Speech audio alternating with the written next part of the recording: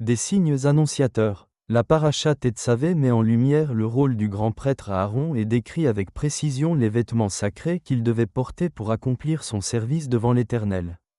Chaque élément de cette tenue, le pectoral, l'éphod, la tunique, la ceinture, la tiare et la plaque d'or gravée. C'est à travers cette vision que nous découvrons une dimension prophétique de ceux qui sont consacrés à Dieu. Dans la paracha Tetzavé, Aaron est choisi comme grand sacrificateur pour servir sur l'autel et offrir les sacrifices devant l'Éternel. En portant sur lui les noms des tribus d'Israël, il agit en intercesseur, les présentant devant Dieu. Ces tribus sont les héritiers de la Torah, chacune représentant un aspect de la révélation divine et préparant Israël à recevoir le royaume du Messie. Mais parmi elles, une tribu se distingue, Juda, porteur de la promesse messianique. Juda est la tribu royale, d'où sortira la descendance menant au Messie.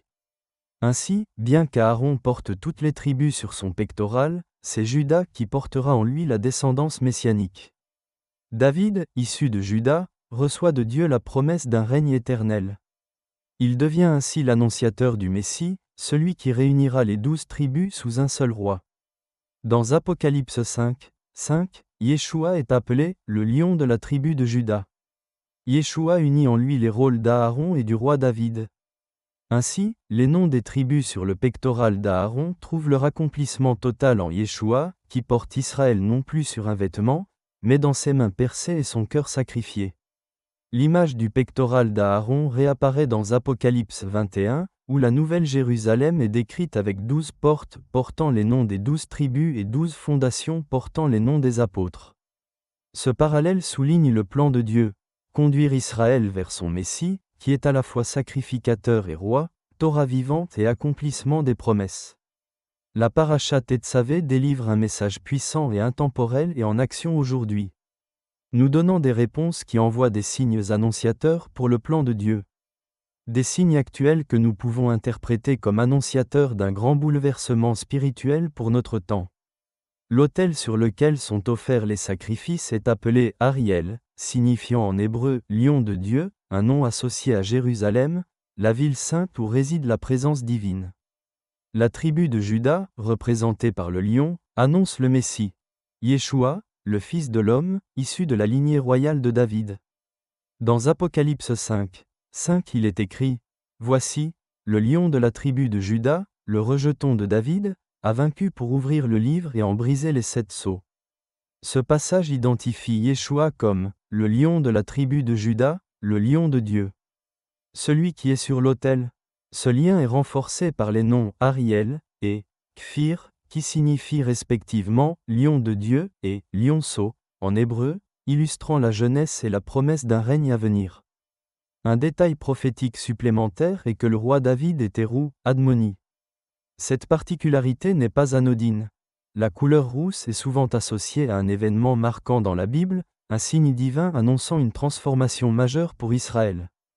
Dans la nature, un lion roux est rare et majestueux, attirant l'attention et manifestant une force particulière. De même, la venue d'un être marqué par cette couleur préfigure un changement divin. Aujourd'hui, beaucoup en Israël attendent un miracle et une délivrance. Dieu envoie des signes visibles à ceux qui ont les yeux ouverts. Le signe du lion roux, Ariel et Kfir, pourrait annoncer l'imminence de la révélation du Messie. Israël doit donc être attentif, car le lion de Juda, Yeshua, est prêt à rugir pour rassembler son peuple. La délivrance est à la porte, et ce signe est un appel à se préparer à accueillir le règne du Machia. Un autre nom vient enrichir cette symbolique, Shiri, qui signifie « mon chant » ou « mon cantique » ou « ma louange » en hébreu. Bien que ce nom ne soit pas directement lié au lion, il rappelle que le mot hébreu « shir » chant a une consonance proche de « sher » qui signifie « lion » en persan. Ainsi, l'autel, Ariel, le lionceau, Kfir, et le chant, Shiri, s'unissent dans une image prophétique, annonçant la mission du grand sacrificateur parfait, Yeshua HaMashiach. L'hébreu est une langue divine, où chaque lettre renferme un secret, se révélant en son temps.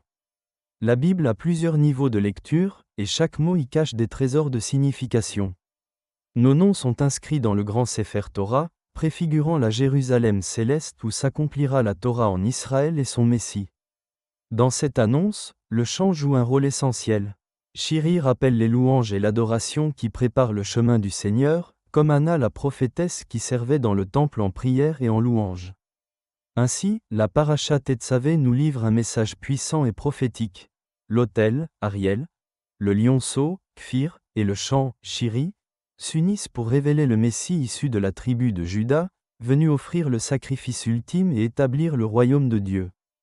Ainsi, une prophétie a été annoncée dans notre temps pour nous avertir d'un changement imminent, un signe divin appelant chacun à discerner les temps, à se préparer spirituellement et à accueillir l'accomplissement des promesses de l'Éternel. Shabbat Shalom, L. B.